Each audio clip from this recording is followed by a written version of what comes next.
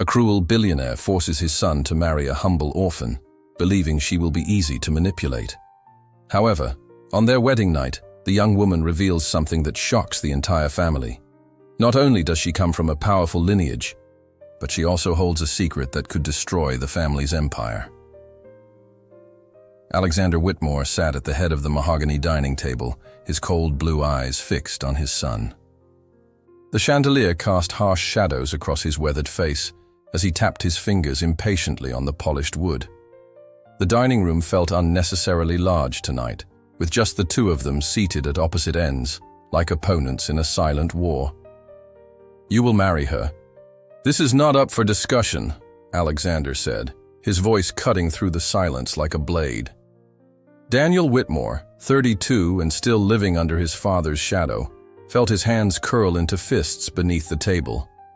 The silverware in front of him remained untouched, his appetite gone the moment his father had mentioned this ridiculous arrangement. "You want me to marry a complete stranger just to satisfy some whim of yours?" Daniel's voice rose despite his attempt to stay calm.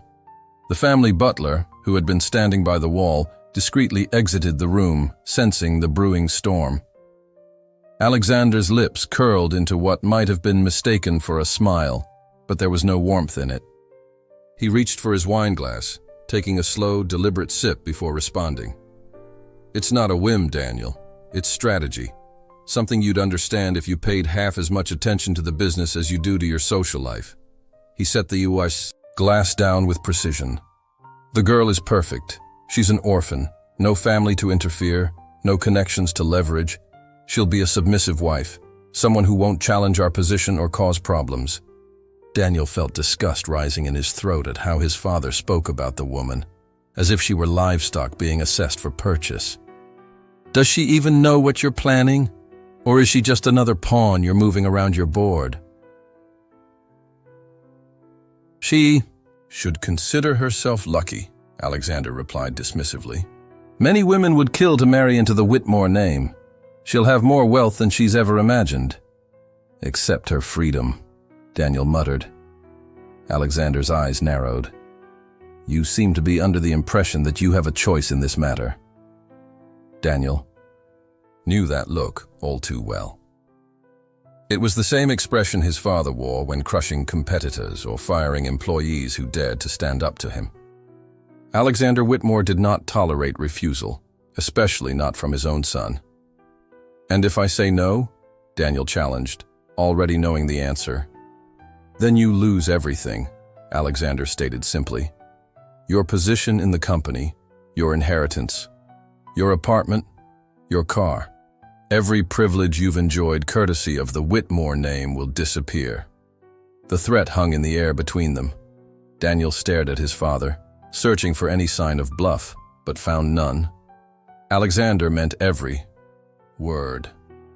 "The arrangements have already been made," his father continued, rising from his chair. "You'll meet her tomorrow. The wedding will be in 3 weeks." He straightened his tie, considering the matter closed. "I expect you to be a gentleman about it." As Alexander walked out, leaving Daniel alone in the vast dining room, the younger Whitmore knew he was trapped. His father didn't accept refusals, and refusing could mean losing everything he'd ever known. Daniel stood on the balcony overlooking the mansion's circular driveway, watching as a modest black car pulled up to the entrance. The driver opened the rear door, and a young woman stepped out, her movements careful but purposeful. From this distance, all he could make out was her simple blue dress and dark hair swept back from her face. He'd expected someone meek, possibly desperate, the type of person who would agree to an arranged marriage with a stranger. Instead, she carried herself with a quiet dignity that surprised him. There was no hesitation in her steps as she approached the front door. "Mr. Whitmore, Miss Carter has arrived," the housekeeper announced behind him. Daniel took a deep breath. "Show her to the library. I'll be down in a moment." When he entered the library 10 minutes later, she was standing by the window, observing the grounds. Afternoon sunlight streamed in, illuminating her profile. She was prettier than he'd expected, with delicate features and clear, intelligent eyes. But it was her expression that caught him off guard, serene, yet somehow alert, as if she was carefully taking in every detail of her surroundings. "Miss Carter," he said, not bothering to hide the coolness in his voice. She turned to face him, fully, and their eyes met. Daniel felt an unexpected jolt. Her eyes weren't frightened or eager to please. They were sharp, assessing, like she was reading him as thoroughly as he was attempting to read her. "Mr. Whitmore," she replied, her voice steady. "Thank you for meeting with me." "It wasn't my choice," he said bluntly, moving to pour himself a drink from the crystal decanter on his father's antique desk. "Would you like one?" "No, thank you." "You." Daniel took a long sip, studying her over the rim of his glass. "You know why you're here?" She didn't flinch at his directness. Instead, a small, knowing smile played at the corner of her lips. "I do. Your father thinks he can use me." The frankness of her response caught him off guard. He'd expected evasion, perhaps even enthusiastic gratitude at the prospect of marrying into wealth. Her candor was refreshing. "And that doesn't bother you?" he asked, setting his drink down. Olivia tilted her head slightly. "Many people have tried to use me in my life, Mr. Whitmore. Your father isn't the first. But you're still going through with it." "I am." Daniel moved closer, trying to intimidate her with his proximity. "Why?" She didn't back away. "My reasons are my own." Something about her calm demeanor unsettled him. His father had described her as a nobody, friendless, familyless, easy to control. The woman standing before him seemed none of those things. "This won't be a real marriage," he warned her. "My father may have arranged this, but I'm not interested in playing happy families." "I didn't expect you would be," she replied simply. Daniel frowned, finding himself increasingly frustrated by her composed responses. "Then what do you want? Out of this arrangement, Miss Carter?" She looked at him for a long moment, as if deciding how much to reveal. "For now, Mr. Whitmore, a roof over my head and the security of your family name will suffice." He laughed without humor. "The Whitmore name comes with strings attached. Many strings." "I'm aware," she said, and something in her tone made him think she might understand more than she was letting on. "Are you always this hostile to guests in your home?" "Only the ones my father forces on me," he replied, but found his tone softening, despite himself. Olivia Carter was not what he had expected, and that made him curious despite his resentment of the situation. The wedding was held just 3 weeks later, as Alexander had decreed. The Whitmore estate's grand ballroom had been transformed into a showcase of wealth and taste, crystal chandeliers glittering overhead, rare orchids imported from 3 different continents, and champagne flowing endlessly from fountain displays. Everything was perfect, immaculate, and utterly devoid of warmth. Daniel stood at the altar in a custom tuxedo, his face a careful mask hiding the storm of resentment inside. His father had seated himself in the front row, looking every bit the proud patriarch despite orchestrating what felt like a business merger rather than a marriage. The guest list was extensive, 500 of the city's elite business partners, politicians and socialites eager to witness another triumph of the Whitmore dynasty. Yet not a single person had come specifically for Olivia. There were no childhood friends, no distant relatives, no former colleagues to wish her well. Her side of the aisle was filled with Alexander's carefully selected guests, maintaining the illusion of a balanced celebration. When Olivia appeared at the entrance, Daniel was struck again by her composure.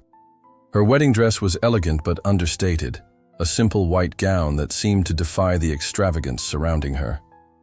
She walked alone down the aisle, no one to give her away. Yet she moved with such purpose that the absence seemed like a choice rather than a void. The ceremony proceeded mechanically. The officiant spoke of love and commitment, while both bride and groom remained silent except for their required responses. When Daniel slipped the wedding band onto Olivia's finger, he felt the slightest tremor pass through her hand. It wasn't fear, as he might have expected, but something else, an energy, a tension, like a runner poised at the starting line before a race. Alexander watched from his seat, a satisfied smile playing on his lips. For him, this was the completion of a strategic move, securing a controllable addition to the family, someone who would pose no threat to the Whitmore legacy or business interests, someone without connections who could be molded to their needs. Daniel caught his father's eye during the exchange of rings and felt a flash of anger. He'd always known his father was calculating, but the coldness of this arrangement had revealed a new depth to Alexander's manipulation that disgusted him. When the officiant pronounced them husband and wife, there was polite applause, but no real joy in the room. Daniel placed a perfunctory kiss on Olivia's cheek, surprised to find her skin warm despite the chill of the proceedings. "Congratulations, Mrs. Whitmore," he murmured, the name strange on his tongue. "And to you, Mr. Whitmore," she replied, her eyes meeting his with that same unsettling directness. The reception that followed was a blur of insincere congratulations and business conversations thinly disguised as celebratory small talk.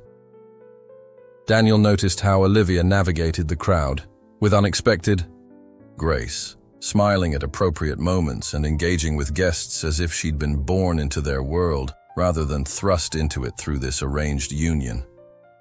"She's adapting well," Alexander commented, appearing at Daniel's side with a glass of champagne. "I told you she'd be suitable."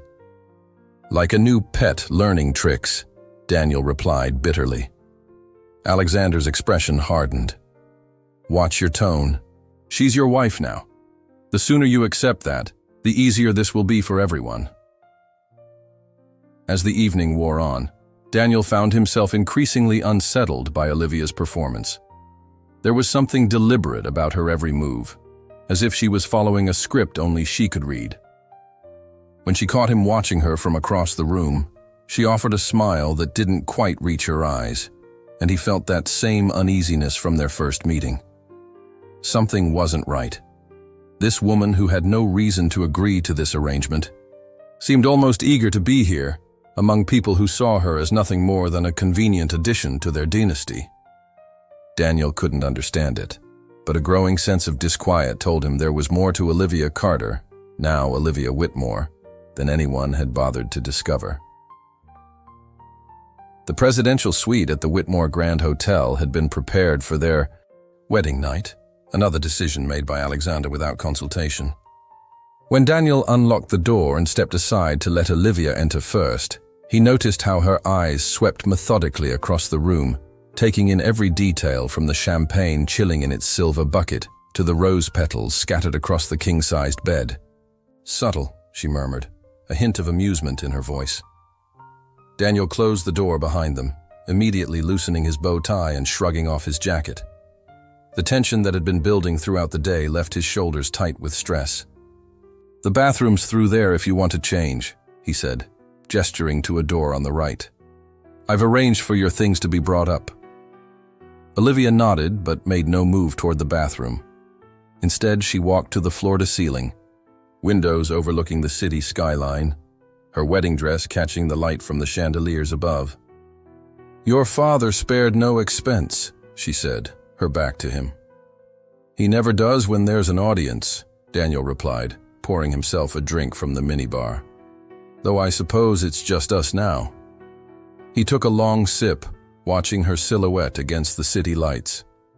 The alcohol burned pleasantly down his throat, taking the edge off the strangeness of the situation. "Look," he said finally, "we don't need to pretend anything. I know you didn't want this either." Olivia turned from the window, her expression unreadable in the dim light.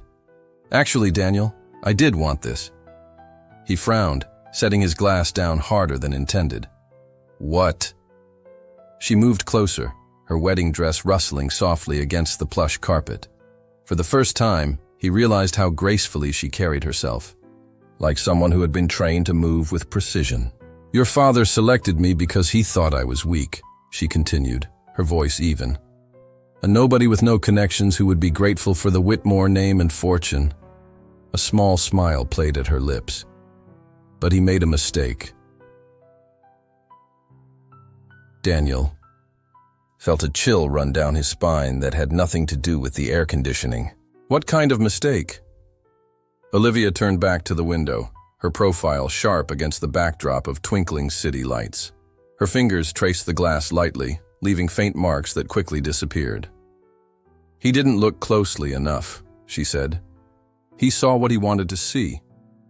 An orphan with no resources, no power. Easy to control.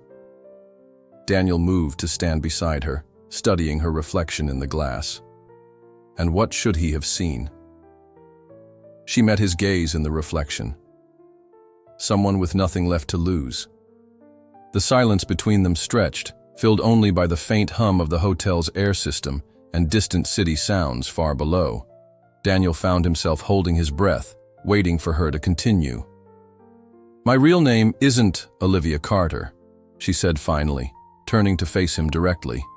The confession hung in the air between them. Daniel felt his heartbeat quicken, though he wasn't sure why. "Then who are you?" Her eyes never left his as she answered. "My name is Olivia Sinclair." The name hit Daniel like a physical blow. Sinclair.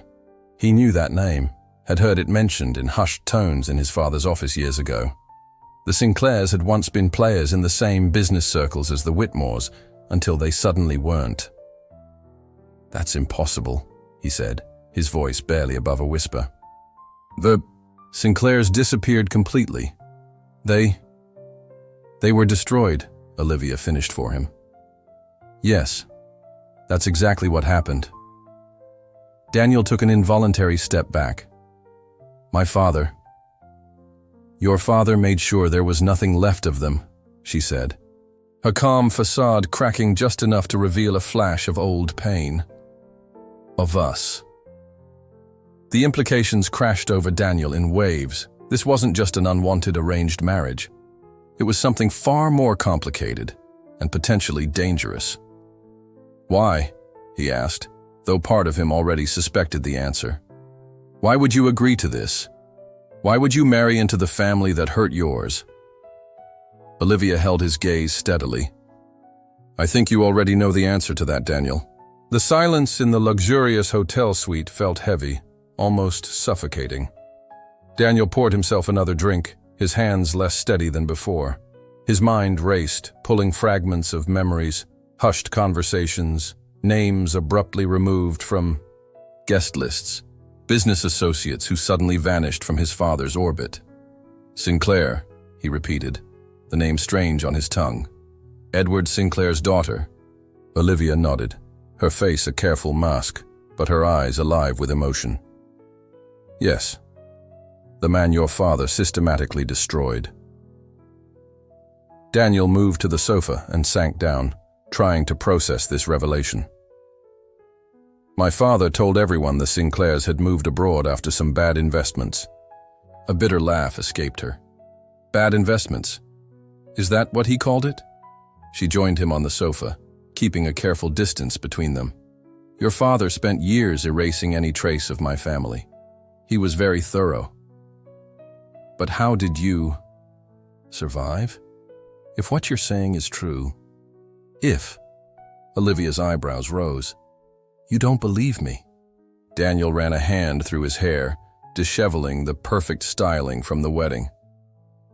"I don't know what to believe. You show up, marry me, and then drop this bomb about being from a family my father supposedly destroyed. You have to admit, it sounds calculated," she suggested, "like a revenge plot." He met her eyes. "Is it?" The question hung between them. Outside, the city continued its nighttime rhythm, oblivious to the tension building in the suite above. "When I was 16, Olivia began, her voice softer now, "my father came home looking like he'd aged 10 years in a day. He told us we needed to pack, that we had to leave immediately. I remember my mother crying as she threw clothes into suitcases." She paused, her fingers absently twisting the new wedding band on her finger. The next day, every account we had was frozen.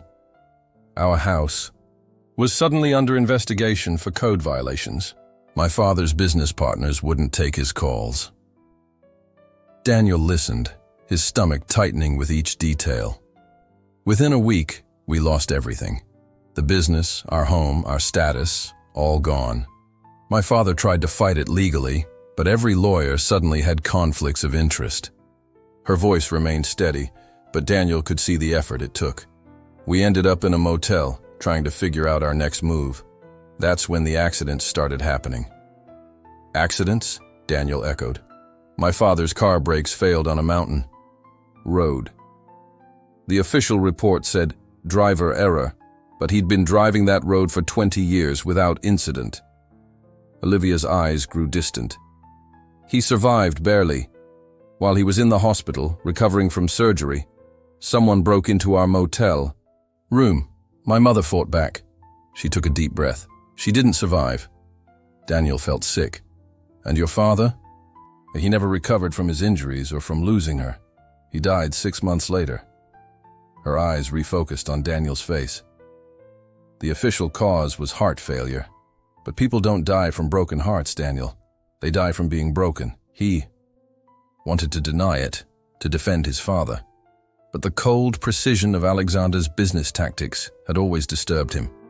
How many times had he heard his father say, "In business, you either eliminate the competition or become irrelevant"? I was placed in foster care, Olivia continued. I changed my name, kept my head down, worked my way through college with scholarships and 3 jobs.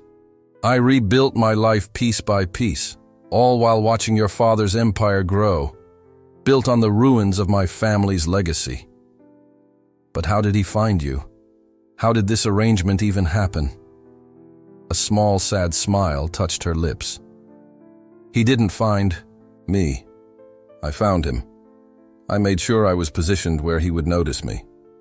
Your father likes to think he's always the hunter, never the prey. Daniel stared at her with new eyes, seeing not the submissive bride his father had promised, but a woman who had survived devastation and methodically worked her way back to face the man who had caused it. Now that I'm officially a Whitmore, she said, her voice strengthening, I have access to information that was previously untouchable, evidence that could reveal who your father really is. And that's why you agreed to marry me, Daniel concluded, feeling strangely hollow, to get close enough for revenge. Olivia met his gaze directly. Justice, Daniel, not revenge. There's a difference. Daniel stood up and walked to the minibar, his back to Olivia. His wedding ring caught the light as he poured another drink, the weight of it suddenly more noticeable on his finger. The suite felt too small now, crowded with ghosts he hadn't known existed until tonight. What exactly did my father do? He asked, his voice rough. I need details, not just accusations. Olivia leaned back against the sofa cushions, watching him carefully. Your father and mine were business partners for nearly a decade. Whitmore Sinclair Investments was one of the most respected firms in the country. She paused, gathering her thoughts. Then your father discovered an opportunity, a massive development project in Singapore that would triple their investments, but he didn't want to share the profits. Daniel turned to face her, drink in hand. So he cut your father out? If only it had been that simple, Olivia said with a bitter smile. No, he systematically framed my father for financial irregularities. He fabricated evidence of embezzlement, backdated documents, and planted rumors among their investors that Edward Sinclair couldn't be trusted. The glass in Daniel's hand felt suddenly heavy. That sounds like something Alexander Whitmore would do. Olivia finished for him. You know it does. The man calculates every move like a chess grandmaster, always 12 steps ahead. Daniel couldn't argue. He'd watched his father orchestrate the downfall of competitors before, always with plausible deniability, always emerging clean, while others took the fall. When my father realized what was happening, He tried to fight back, Olivia continued. He had evidence of his innocence, records of meetings, original documents that contradicted the falsified ones. But before he could present them, your father's security team broke into our home. Wait, Daniel interrupted, his stomach churning. Are you saying my father ordered a break-in? I'm saying your father's head of security, James Mercer, led 3 men into our house at 2 a.m. They took everything. Laptops, files, even my father's backup drives. Her voice remained steady, but her hands had tightened into fists. They were thorough, professional. Daniel remembered Mercer, a former military man with cold eyes who had worked for his father for years before retiring. He'd always found the man unsettling, with his quiet efficiency and unquestioning loyalty. Without evidence, my father couldn't defend himself, Olivia said. The banking commission suspended his license. Clients abandoned him overnight. Your father bought out his shares for pennies on the dollar, claiming he was helping an old friend avoid further humiliation. Daniel felt a knot forming in his throat. That doesn't explain the accidents you mentioned. Olivia's eyes hardened. My father threatened to go public with what he knew, evidence or not. 2 days later, his brake lines were cut. She let the implication hang in the air. After he was hospitalized, men came looking for his personal journals. My mother interrupted them. The silence that followed was deafening. Daniel sat his untouched. Drink down, his appetite for alcohol gone. I can't believe he would go that far, he said. But even as the words left his mouth, doubt crept in. His father's ruthlessness in business was legendary. How many times had Alexander told him that sentimentality was weakness, that true leaders did whatever necessary to succeed? Now that I'm your wife, Olivia said, rising from the sofa to stand before him, I have legal access to Whitmore archives, financial records, private correspondence. I can finally prove what he did. Daniel studied her face, the determined set of her jaw, the grief still visible beneath her composure. And then what? You destroy him? The company? Everything? Justice requires truth, Daniel. People should know who they're doing business with, investing their money with. He ran a hand through his hair, mind racing. If what you're saying is true, it would ruin not just my father, but the entire Whitmore enterprise. Thousands of employees would lose their jobs. Charities we support would lose funding. He met her eyes. Is that really justice? What would you call justice for my parents? She challenged, her voice softening with genuine curiosity. What would balance that scale? Daniel had no answer. Everything he had, his education, his position, his lifestyle, had been built on the foundation his father created. If that foundation was rotten, what did that make him? I need to see this evidence, he said finally. All of it. Before I can believe any of this. Olivia nodded slowly. That's fair, and probably smarter than blindly defending him. She moved closer, close, enough that he could smell the faint trace of her perfume. But ask yourself this, Daniel. Deep down, does any of this really surprise you? Dawn was breaking over the city by the time they finished talking. Daniel sat on the edge of the bed, tie long discarded, shirt wrinkled, staring at the carpet as if it might offer some escape from the reality crashing down around him. Olivia had moved to the armchair across from him, her wedding dress exchanged for a simple silk robe from her overnight bag. Neither had slept. How could they, with the weight of decades-old secrets suddenly between them? So you married me for revenge, Daniel said, breaking the heavy silence. It wasn't a question this time, but a statement, an attempt to organize the chaos of his thoughts. Olivia's hands were wrapped around a cup of room service coffee that had long gone cold. In the beginning, yes, she admitted, her voice hoarse from hours of talking. When I first put this plan in motion, you were just collateral damage, the son of the man who destroyed my family. The honesty stung, but Daniel appreciated it nonetheless. At least someone was finally being truthful with him. "And now?" he asked, looking up to meet her eyes. She hesitated, and that momentary pause revealed more vulnerability than anything she'd shown all night. "Now, I'm not so sure." "What does that mean?" "It means I expected you to be like him," she said quietly. "Arrogant, cruel underneath a polished exterior.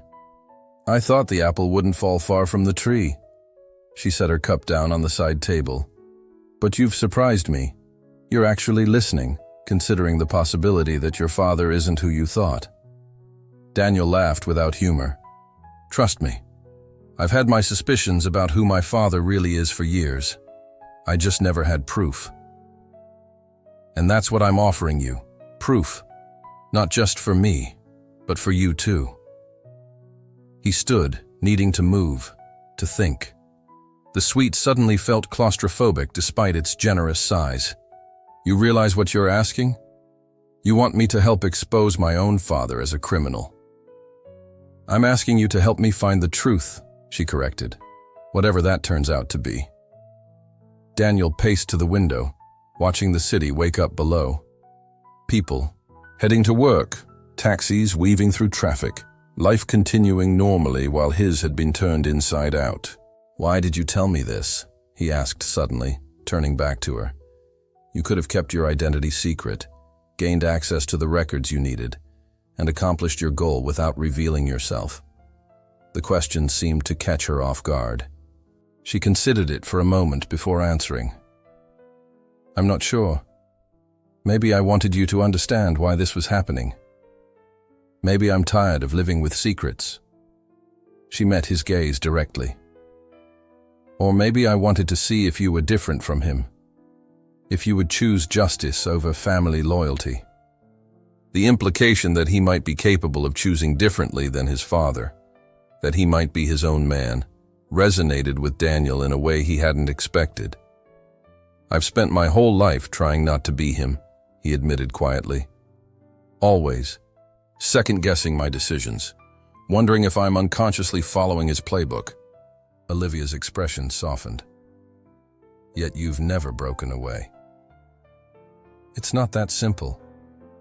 "It never is," she agreed. Daniel sat back down, suddenly exhausted. "What happens now, Olivia? What do you want from me?" She considered the question carefully. "I want your help accessing the records I need. After that." She shrugged, a small, uncertain gesture that seemed out of character with the determined woman who had revealed herself tonight. "After that, what? We get divorced? You ruin my father and disappear?" "I hadn't planned that far ahead," she admitted. "Getting justice for my family has been my only focus for so long." Daniel studied her, seeing not just the calculated avenger, but also glimpses of the woman beneath.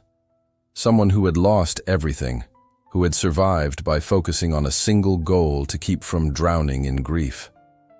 "And if I refuse to help you, then I'll find another way," she said simply. "But it would be harder, take longer." Daniel nodded slowly, respecting her honesty even as it complicated everything. "I need time to think. This is a lot." "I understand." The city was fully awake now, sunshine streaming through the windows, creating an incongruously cheerful atmosphere in the room where so many dark truths had been revealed. "One more question," Daniel said, meeting her eyes. "When we met that first day at the mansion, you said something about many people trying to use you. Was any of that real, or was it all part of the act?" A sad smile touched her lips. "That part was real. When you have nothing and no one, people see you as something to be used. Foster parents who wanted the government checks but not the child. Men who saw a young girl with no protectors as an easy target." Her eyes hardened with old pain. "I learned early how to recognize when I was being seen as a tool rather than a person." Something shifted in Daniel's perception of her. Not pity, but a new understanding of the strength it must have taken to survive, to rebuild, to plan for years while carrying such wounds. "I'm sorry," he said, the words inadequate but sincere. "For what? You didn't know." "For what happened to your family. For what my father did, if it's all true. And for not seeing you as a person at first, just as an inconvenience in my life." Olivia looked genuinely surprised by his apology. For a moment, the mask of control slipped completely, revealing a flash of the young woman she might have been if tragedy hadn't rewritten her life. "Thank you for that," she said quietly. Alexander Whitmore had arranged a formal breakfast the morning after the wedding, another power move disguised as tradition. The private dining room at the Whitmore Grand Hotel was set with fine china and crystal, fresh flowers, adorning the center of the table. He waited at the head, checking his watch impatiently as Daniel and Olivia entered. "There they are," Alexander announced, rising to his feet with practiced charm. "I was beginning to think you might skip breakfast altogether." The suggestion in his tone was clear, followed by a knowing smile that made Daniel's skin crawl. "Good morning, Father," Daniel replied stiffly, pulling out a chair for Olivia before taking his own seat. Alexander's eyes swept over them both appraisingly. If he noticed their tired eyes or the tension between them, he gave no indication. "I trust everything was satisfactory with the suite?" "The accommodations were lovely," Olivia replied before Daniel could speak, her voice smooth as silk. "Thank you for arranging everything, Mr. Whitmore." Alexander nodded, pleased with her response. "Please, call me Alexander. We're family now." He signaled to the waiting staff, who immediately began serving the first course, poached eggs with hollandaise sauce and fresh asparagus. Daniel watched his father carefully, seeing him with new eyes after Olivia's revelations. Had those manicured hands really orchestrated the destruction of an entire family? Had that voice, now discussing the weather and upcoming social engagements, once ordered men to break into the Sinclair home? "So, Olivia," Alexander said, cutting into his eggs with precision, "now that you're officially a Whitmore, we should discuss your role in the family. I assume Daniel explained that we maintain certain appearances." "He mentioned something about that," she replied, taking a small sip of her orange juice. Alexander smiled, clearly satisfied with what he perceived as her compliance. "Good. The Whitmore name opens many doors, but it also comes with responsibilities. Charity work primarily. I've taken the liberty of adding you to several committee lists. Nothing too demanding, just enough to keep you occupied." Daniel saw a flash of something in Olivia's eyes, not anger, but a cold calculation that mirrored his father's own expression when planning a business strategy. "That's thoughtful of you," she said. "I've always been interested in philanthropy." "Excellent." Alexander dabbed at his mouth with his napkin. "I've also arranged for Diane Bennett, our PR director, to help you with wardrobe and public speaking. First impressions matter, especially now." Daniel felt a surge of anger at the way his father spoke to Olivia, as if she were a project to be managed rather than a person. The irony that this was exactly how he himself had initially viewed her wasn't lost on him. "I think Olivia can manage her own wardrobe, Father," he said, hearing the edge in his voice. Alexander raised an eyebrow. "Of course she can. Diane is merely a resource, not a requirement." His tone suggested otherwise. "I appreciate all your planning," Olivia said, her fork pausing halfway to her mouth. "It's clear you've thought about everything." "That's what I do," Alexander replied with a self-satisfied smile. "I look ahead, anticipate issues, plan accordingly. It's why the Whitmore business has thrived for 3 generations." "And why others haven't?" she asked innocently. Alexander's fork paused for just a fraction of a second, so brief that someone who wasn't watching carefully might have missed it. "Business is competitive," Not everyone is equipped to survive. I suppose not, Olivia agreed, especially when the playing field isn't level. The temperature in the room seemed to drop several degrees. Daniel glanced between them, seeing the subtle shift in his father's posture, the slight narrowing of his eyes. "I'm not sure I follow," Alexander said, his voice still pleasant but with an underlying hardness. "Just an observation," Olivia replied with a small smile. "Some people have advantages, others don't. Connections, resources, information. It must be satisfying to be on the winning side." Alexander studied her for a moment, his expression unreadable. "Everyone has the tools they're given, Olivia. Success comes to those who use them effectively. Or those who take tools from others," she suggested, her tone still conversational. Flash of irritation crossed Alexander's face before he masked it with another smile. "You seem to have some strong opinions about business for someone with no background in it. I hope you're not filling her head with your idealistic notions, Daniel." "Actually," Olivia interrupted, setting down her fork and looking directly at Alexander, "I find business fascinating, especially family dynasties like the Whitmores. How they rise, how they maintain power." She paused deliberately. "How they eliminate obstacles." The breakfast continued with superficial conversation, but Daniel could sense his father's growing wariness. Alexander kept steering the discussion back to safe topics.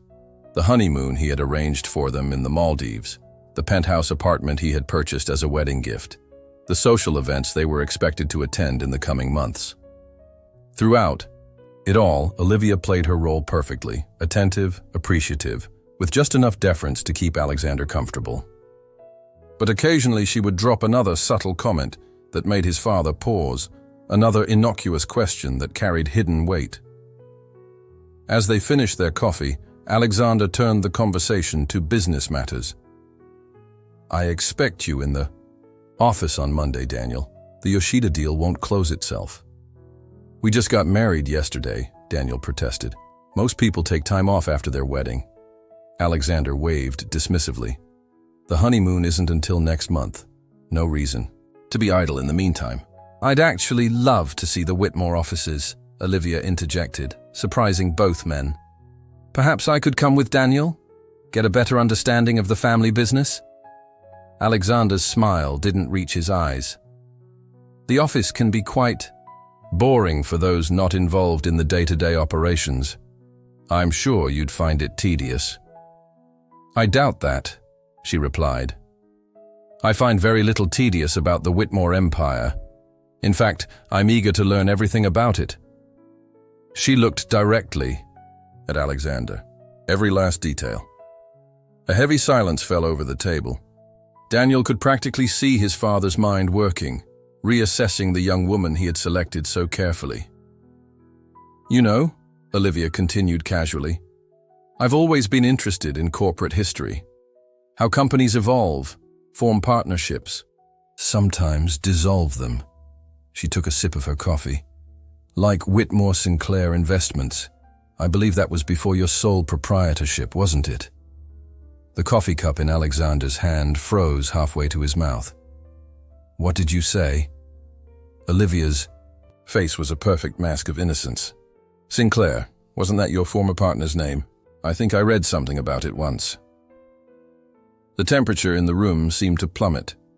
Alexander carefully set his cup down, eyes never leaving Olivia's face. "Where did you hear that name?" he asked, his voice dangerously soft. Daniel watched, the exchange with his heart hammering in his chest. Olivia had thrown down the gauntlet sooner than he'd expected. Alexander's knuckles had turned white around the handle of his coffee cup. The pleasant mask he wore in public had slipped, revealing something cold and calculating beneath. He recovered quickly, but not before Daniel caught a glimpse of genuine alarm in his father's eyes. "The name sounds vaguely familiar," Alexander said after a moment, his voice carefully controlled. "A minor business association from years ago. Nothing significant." He turned to Daniel. "Where did your wife come across such obscure information?"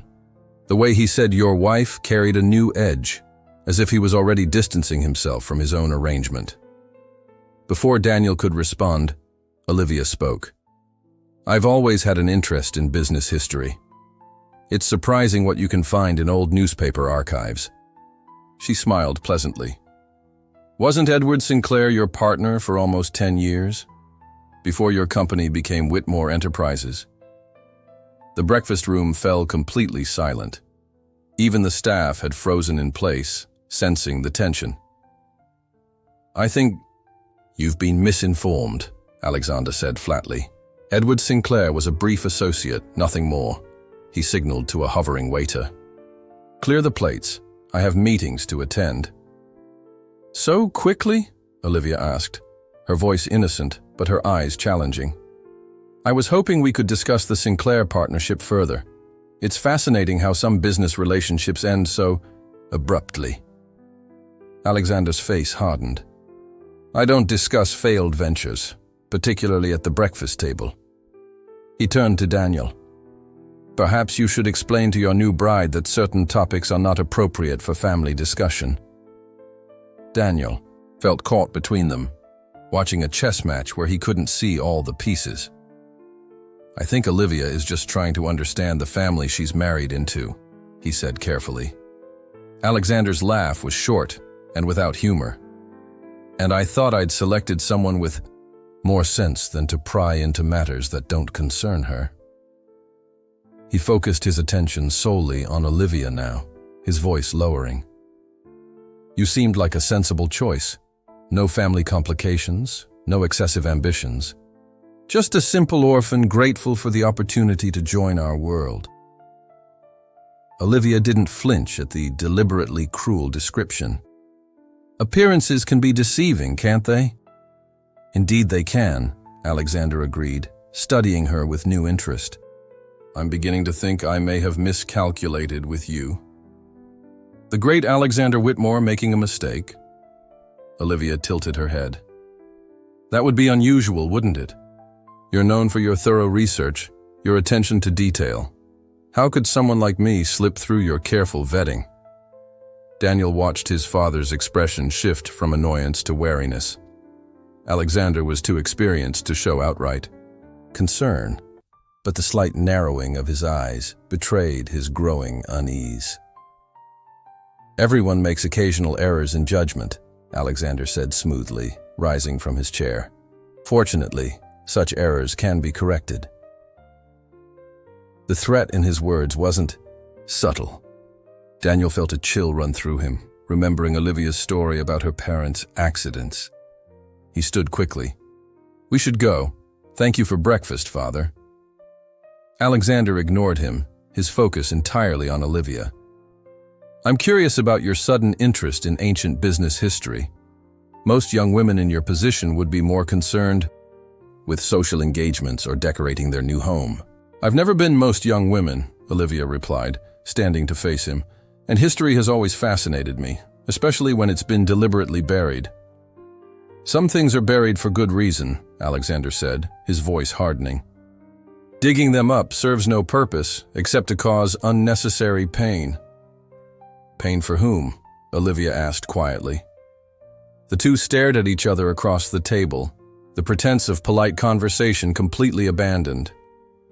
Daniel had never seen anyone stand up to his father this way, with calm confidence, rather than emotional outbursts that Alexander could easily dismiss.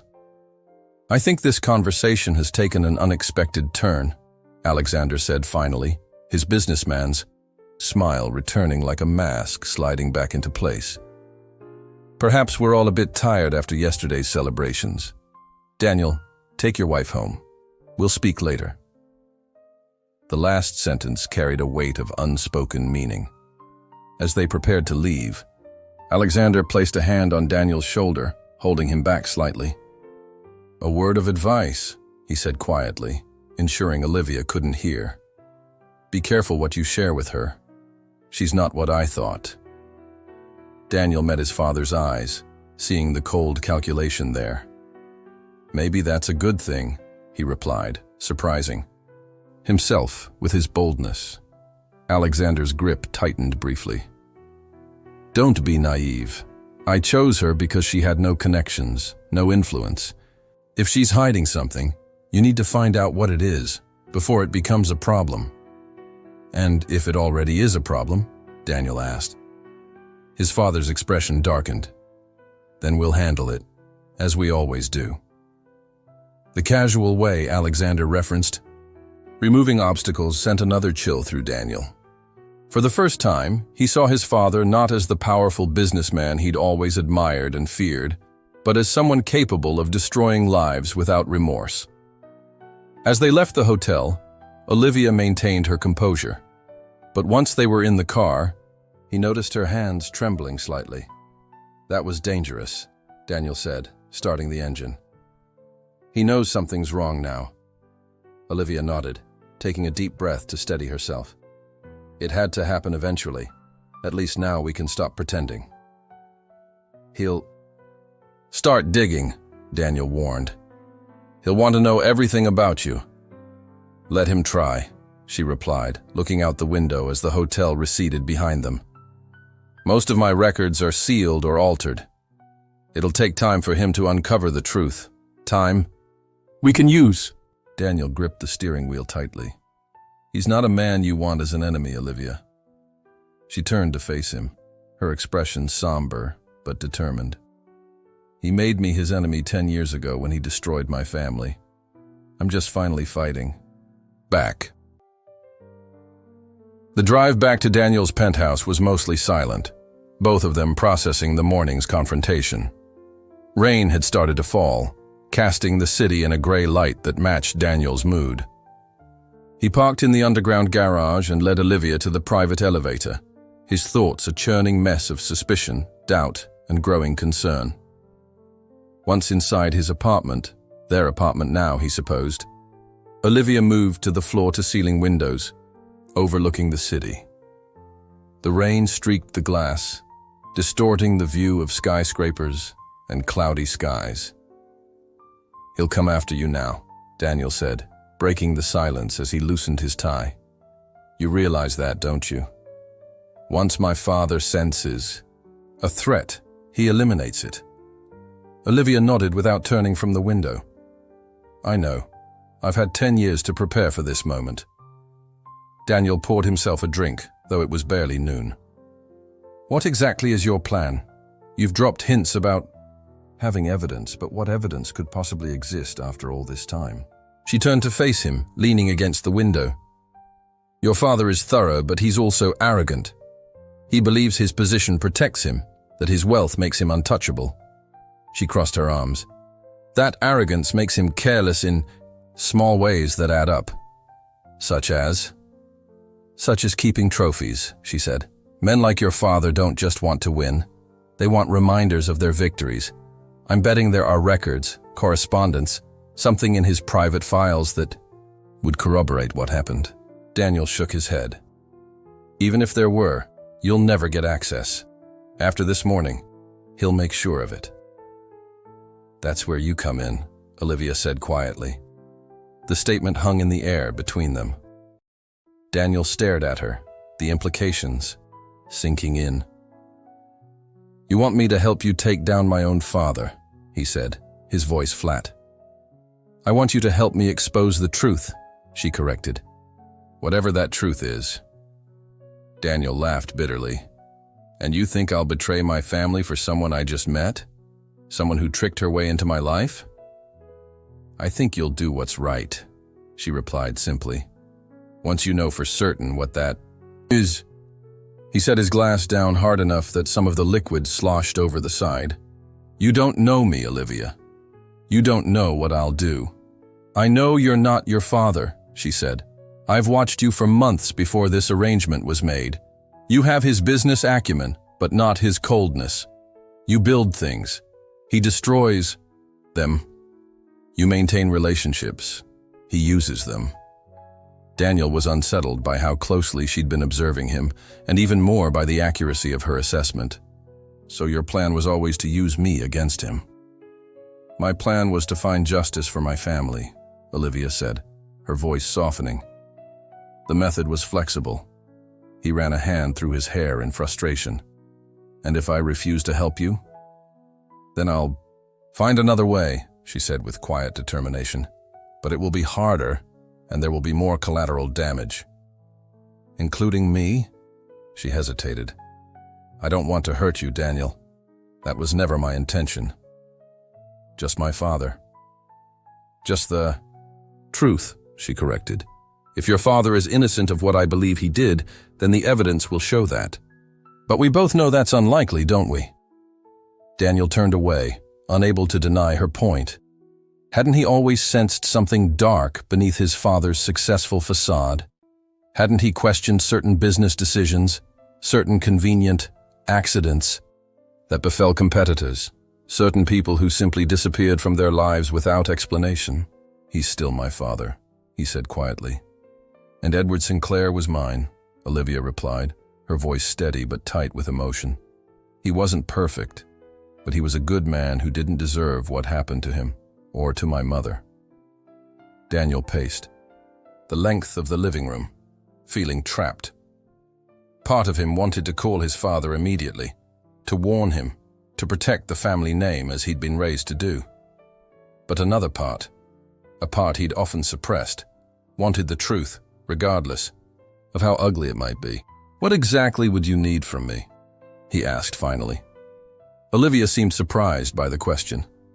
Access to your father's private records, information about his security systems, names of people who were involved back then, who might talk now. And then what?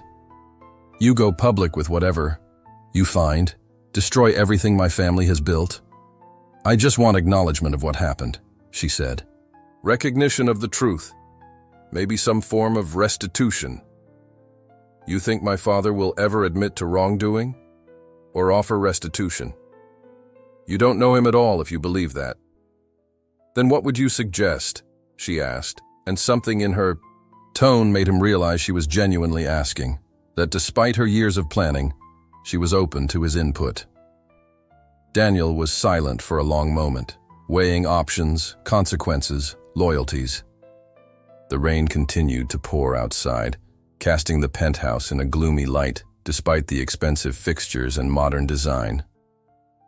If, and that's a big if, I were to help you, he said slowly, it would be on one condition. We find the truth together. No unilateral decisions about what to do with it afterward. We both have to agree on next steps. Olivia studied him carefully. Even if the truth implicates your father in criminal activity? Even then, Daniel said, surprising himself with his firmness. Especially then. The consequences would affect thousands of people beyond just Alexander Whitmore. Employees, investors, partners. Those people deserve consideration too. She seemed to weigh his words, her expression thoughtful. That's fair, she said finally. More than fair, actually. Daniel hadn't expected her to agree so readily. Why? Because you're right, she admitted. I've been so focused on justice for my family that I haven't fully considered the wider impact. That doesn't mean I'm abandoning my goal, but she shrugged lightly. Maybe there's a better way to achieve it. The concession caught him off guard. He'd expected more resistance, more of the single-minded determination she'd shown until now. The acknowledgement that he might have valid concerns humanized her in a way that made her harder to dismiss as simply an enemy. So, she said, breaking the silence that had fallen between them, does this mean you'll help me? Daniel met her, eyes across the room. It means I want to see the evidence you already have. Everything. Then I'll decide. Olivia nodded slowly. That's reasonable. She hesitated, then added, Thank you for not immediately running to warn him.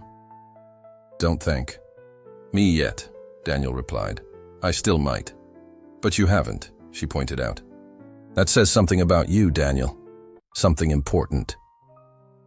He didn't answer, unsure himself of what it said. That he was disloyal to his family. That he had always harbored doubts about his father. Or simply that he valued truth over blind. Allegiance? One more thing, he said. If we do this, If I help you look for evidence, we do it carefully. My father is dangerous when threatened. If what you've told me about your parents is true, we need to be extremely cautious." Olivia's expression darkened at the reminder. "I know exactly how dangerous he is. I've been preparing for this confrontation for 10 years.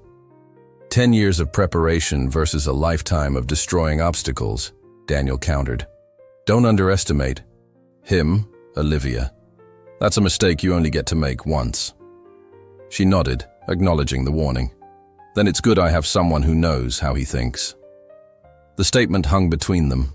Not quite trust, but a tentative alliance formed in the space between revenge and truth. For the first time since their wedding, Daniel felt like they might be on the same side, even if they'd arrived there from vastly different directions. The next 3 weeks unfolded in a dangerous dance of secrets and evidence. While Alexander worked to uncover Olivia's true identity, she and Daniel were methodically piecing together the story of what had happened to the Sinclair family. It became a race against time, with Alexander growing increasingly suspicious of their activities. Daniel had never imagined himself working against his father. But each document they uncovered, each piece of evidence they found, made it harder to deny the truth. His father's private files, accessed through Daniel's executive credentials, contained damning information that confirmed Olivia's claims. "Look at this," Daniel said one evening, passing his laptop to Olivia. They had converted his home office into a war room of sorts, with timelines and connections mapped out on a digital board that could be wiped clean at a moment's notice. Olivia took the computer, her eyes scanning the document on screen, an email exchange between Alexander and James Mercer, his former head of security, discussing the Sinclair situation. "He doesn't explicitly order the break-in," Daniel pointed out. "But the implication is clear." Olivia nodded, her face tight. "Plausible deniability.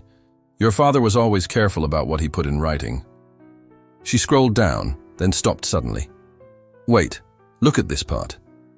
Daniel leaned in to read over her shoulder. "Ensure all material is secured, particularly the partnership dissolution documents and anything related to the Singapore project. ES still has copies of the original contract somewhere. Find them." "Singapore project," Daniel murmured. "That's the development deal you mentioned?" "Yes. The one he cut my father out of after the initial investment was made." Olivia's hands tightened on the laptop. "This proves he knew the original contracts would contradict whatever forgeries he created." Daniel felt sick. The evidence against his father was mounting daily, and it was becoming harder to reconcile the man who had raised him with the ruthless operator revealed in these private communications. "There's more," he said, taking the laptop back and opening another file. "I found references to offshore accounts used to hide profits from the Singapore development.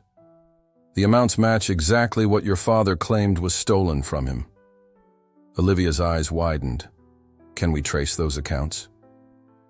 "Already working on it," Daniel replied. "I have a contact at the bank, someone who owes me a favor and doesn't particularly like my father." While they worked, Alexander was making moves of his own. He'd hired private investigators to dig into Olivia's background, but the false identity she'd created over the years held up to initial scrutiny. Still, Daniel knew it was only a matter of time before his father uncovered something. Their breakthrough came unexpectedly through Alexander's longtime executive assistant, Margaret. She had worked for him for over 20 years and knew where every skeleton was buried. When Daniel carefully approached her about the Sinclair matter, he expected resistance. Instead, she had given him a long, evaluating look before saying, "I always wondered when this would come back around." He thought he'd buried it for good. That same evening, a sealed envelope was delivered to Daniel's penthouse. Inside were copies of the original partnership agreements between Alexander Whitmore and Edward Sinclair, along with handwritten notes detailing how the documents would be altered to frame Sinclair for embezzlement. "She kept copies," Olivia said, her voice barely above a whisper as she examined the evidence. "All these years." "Insurance," Daniel suggested. Margaret knows too much about my father's business to not have protection. The final piece fell into place when they located one of the men who had been part of the team that broke into the Sinclair home. Now retired and bitter about how Alexander had discarded him after years of service, he was willing to provide a sworn statement about what had happened that night, including the confrontation with Olivia's mother that had turned fatal. Daniel had watched Olivia's face as she read the man's account, seen the grief and rage warring in her expression. She had stepped away, standing by the window for long minutes while he waited silently, giving her space to process the confirmation of her worst suspicions. When she finally turned back to him, her eyes were dry but resolute. "It's time," she said simply. They had agreed on a strategy that would expose Alexander's actions without completely destroying the company. Daniel had insisted on this protection for the thousands of employees who depended on Whitmore Enterprises for their livelihoods. Olivia had eventually conceded that the ordinary workers shouldn't suffer for Alexander's crimes. The evidence was carefully compiled and distributed to select board members, key investors, and a trusted financial journalist known for her integrity. Not a public spectacle, but a controlled demolition of Alexander Whitmore's reputation and power. The morning the story broke in the financial press, Alexander called Daniel, his voice icily calm despite the storm breaking around him. "My office. 1 hour." Daniel had expected rage, denials, threats. Instead, when he entered his father's corner office on the top floor of Whitmore Tower, he found Alexander standing by the window, looking out over the city with an expression of resigned calculation. "You helped her," Alexander said without turning around. Not a question, but a statement of fact. "Yes," Daniel admitted, seeing no point in denial. Alexander nodded slowly, as if confirming something he'd already known. "My own son." He finally turned, his face a mask of control. "I suppose I should have seen it coming. She's quite convincing." "This isn't about her convincing me of anything," Daniel replied. "It's about the evidence, the truth." A bitter smile crossed Alexander's face. "Truth is relative in business, Daniel. I did what was necessary to secure our future." "You destroyed an innocent family," Daniel said, his voice hardening. "You arranged a break-in that led to a woman's death. You framed Edward Sinclair for crimes he didn't commit." Alexander's expression didn't change. Edward was weak. He would have squandered the Singapore opportunity with his excessive caution and moral qualms. I saw the potential that he couldn't see. "So you stole it from him."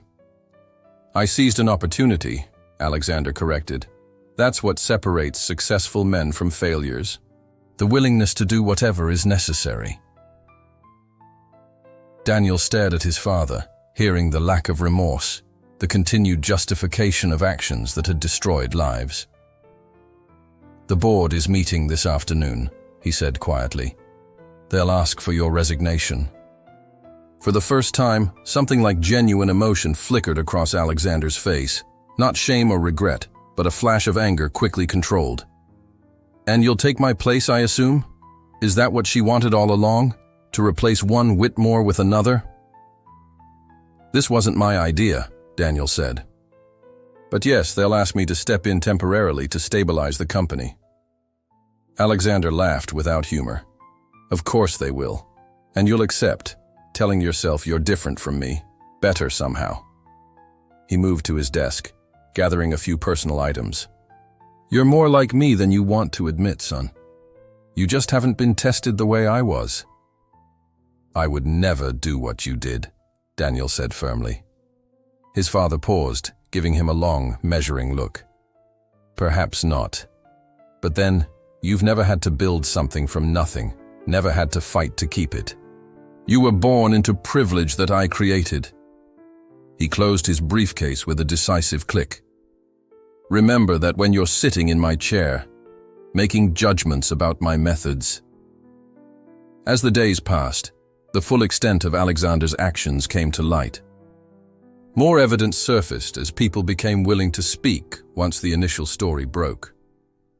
The carefully constructed image of Alexander Whitmore as a brilliant, if ruthless, businessman crumbled, replaced by a darker portrait of a man who had crossed lines that even his industry peers wouldn't touch. He was forced to step down from all positions, his reputation in tatters. Several investigations were opened, looking into not just the Sinclair case, but other suspicious business dealings that had emerged during the inquiry. Daniel found himself thrust into the role of interim CEO, working 18-hour days to stabilize the company, reassure investors, and protect as many jobs as possible. Throughout it all, Olivia remained by his side, her business acumen proving invaluable as they navigated the crisis. One evening, as they worked late in what had been Alexander's office, now stripped of his personal touches and partly redecorated, Olivia set aside the financial reports she'd been reviewing. "You didn't have to help me," she said quietly. "You could have warned him, protected him." Daniel looked up from his laptop, considering her words. "I think part of me always knew something was wrong. I just didn't want to see it." "Still," she persisted, "he's your father." "Family loyalty runs deep in the Whitmore bloodline, from what I've observed." He closed his laptop, giving her his full attention. "Maybe that's why I had to do it, to break that cycle of blind loyalty to power at any cost." He paused, gathering his thoughts. "What my father did to your family was unforgivable. The fact that I benefited from it, however unknowingly. I couldn't just look away once I knew."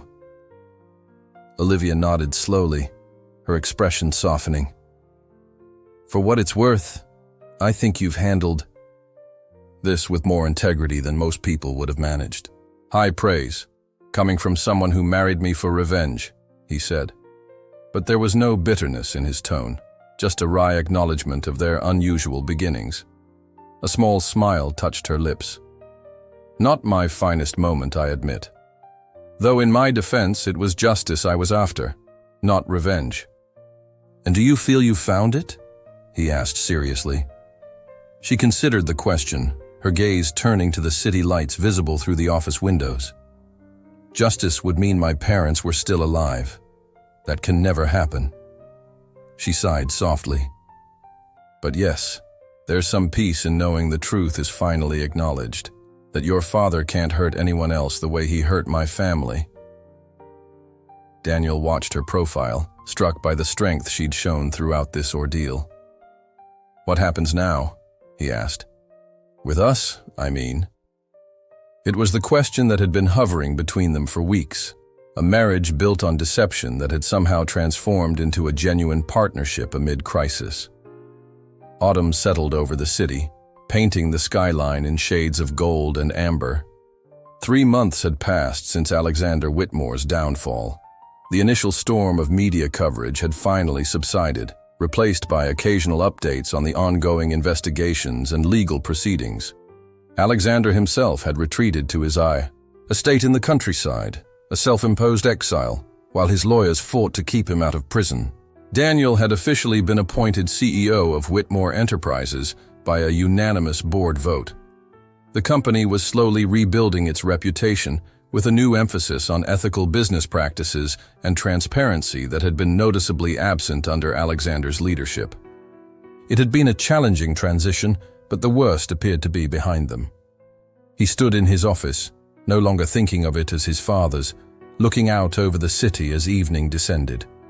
The door opened quietly behind him, and he knew without turning that it was Olivia. "The Richardson contract is finalized," she said, coming to stand beside him at the window. "Legal says everything looks good." Daniel nodded, glancing at her profile in the fading light. Over the past months, Olivia had proven herself an invaluable asset to the company, her sharp mind and attention to detail helping to untangle the web of questionable deals his father had left behind. What had begun as a marriage of deception had evolved into a working partnership that surprised them both. "That's the last of the legacy contracts," he said. "Everything moving forward will be under the new protocols." Olivia smiled slightly. Your father would hate those protocols. Probably why they're working so well, Daniel replied, returning her smile. They stood in comfortable silence for a moment, watching the city lights come alive as darkness fell. So much had changed since that first confrontation, with his father at the breakfast table, yet some things remained unresolved between them. The lawyers called today about the settlement, Olivia said eventually. They've agreed to the terms. Daniel turned to face her fully. All of them? She nodded. Full recognition of what happened to my family. A public apology. Financial restitution to the charities we selected in my parents' names. Her voice remained steady, but he could see the emotional weight of the moment in her eyes. It's finally over. The settlement had been Olivia's idea, a way to acknowledge the truth without destroying the company in protracted litigation. Alexander, facing mounting legal troubles on multiple fronts, had finally conceded to the terms, likely hoping it would help his position in the other cases against him. How does it feel? Daniel asked quietly. Olivia considered the question, her gaze returning to the cityscape. Different than I expected. For so long this goal consumed me, getting justice, making him pay. She sighed softly. But now that it's happened, I realize it doesn't bring them back. Nothing will. Daniel hesitated, then placed his hand over hers on the window ledge. What will you do now? The question carried more weight than its simple words suggested. In the beginning, they had maintained separate lives despite their legal union. Daniel had taken the guest room of his penthouse, giving Olivia the master suite. Their marriage had been a business arrangement, then a strategic alliance, but somewhere amid the crisis and aftermath, something had shifted between them. That depends, she said, turning her hand to clasp his. My reasons for being Olivia Whitmore have changed considerably since our wedding day. Daniel felt a tightness in his chest ease slightly. Have they? She met his eyes directly, with the same forthright gaze that had first caught his attention months ago. I never planned this part, she admitted. Working with you, respecting you, caring about you. The last words were spoken softly, almost hesitantly. I didn't plan it either, Daniel said, moving slightly closer. Falling for the woman who married me to expose my father wasn't exactly on my 5-year plan. A smile touched her lips. Falling for me? Inconvenient, isn't it? He said, his own smile matching hers. But here we are. Her expression grew more serious. Daniel, I need you to understand. When I agreed to this arrangement, when I revealed myself to you that night, I fully expected you to choose your father. I was prepared for that fight. But I didn't, he reminded her. No, she said softly. You chose truth instead, even when it hurt, even when it cost you. Her free hand came up to touch his face gently. That's when everything started to change for me. Daniel turned his face slightly to press a kiss against her palm.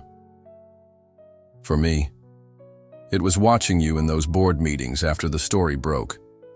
You could have pushed for maximum damage, personal revenge. Instead, you fought to protect the employees, to salvage what was worth saving. The memory hung between them. Those tense days when they'd worked side by side to prevent the company from collapsing under the weight of Alexander's exposed crimes. They'd found in each other not just allies, but equals, their different perspectives strengthening their joint decisions. So what happens now? She asked, echoing the question he'd asked her in this same office weeks ago. We have options, he said. We could get an annulment or divorce. Our original arrangement no longer applies. You've achieved what you came for. The words were difficult to say, but he needed her to know she was free to choose. Olivia's hand tightened around his. Is that what you want? What I want, Daniel said carefully, is to start over. Not as a Whitmore and a Sinclair with generational wounds between us, not as an arrangement or a strategy. He took a deep breath. Just as Daniel and Olivia, seeing where this might lead if we choose it freely. Something softened in her expression. I'd like that, she said simply. Daniel moved closer, wrapping an arm around her waist as they both turned back to the view. The city stretched before them, lights twinkling against the darkening sky. I'm thinking of changing the company name, he said after a moment. Olivia looked up at him in surprise. Really? The Whitmore name carries a lot of weight. It also carries a lot of history, not all of it good, he pointed out. Maybe it's time for something new, a fresh start. She considered this. What did you have in mind? I was thinking of Sinclair Whitmore Enterprises, he said, watching her reaction carefully. Honoring the past while building something better for the future. Olivia's eyes widened, then filled with unexpected tears. You would do that? It seems right, he said simply. Your father helped build the original company. His contribution should be recognized. She was quiet for a long moment, emotion visible on her face as she processed his suggestion. I think, she said finally, her voice steady despite the tears. That would be a fitting tribute to both our families, the good parts of our legacy at least. Daniel pulled her closer, feeling a sense of rightness he hadn't expected to find in the aftermath of so much upheaval. I want to build something different than what my father created, he told her. Something that values more than just profit and power. I never thought I'd say this, Olivia replied, a small smile forming through her tears. But I think I've finally found a home with a Whitmore. Daniel laughed softly, pressing a kiss to her forehead. And I never thought I'd be grateful for an arranged marriage to a woman with a secret identity.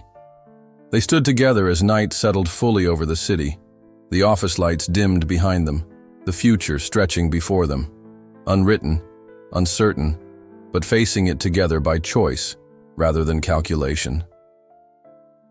Ready to go home? Daniel asked. Eventually. Olivia nodded, taking his hand as they walked toward the door. Home, she repeated, testing the word, finding that it finally felt true. After years of focusing only on the past, on justice and retribution, she was looking forward to tomorrow, to building something new from the broken pieces of their shared history. As they left the office, neither of them noticed the family. Photo still sitting on the credenza. Alexander, stern and powerful, standing behind a younger Daniel. It was the last remnant of the old regime, a reminder of where they had come from, but no longer a shadow over where they were going. In the elevator down to the parking garage, Olivia leaned her head against Daniel's shoulder. This isn't how I thought this story would end, she confessed. Daniel pressed the button for the garage level, his other arm wrapping around her shoulders. Maybe it's not an ending at all, he suggested. Just a better beginning than either of us expected. She smiled up at him, a genuine smile without shadows or ulterior motives.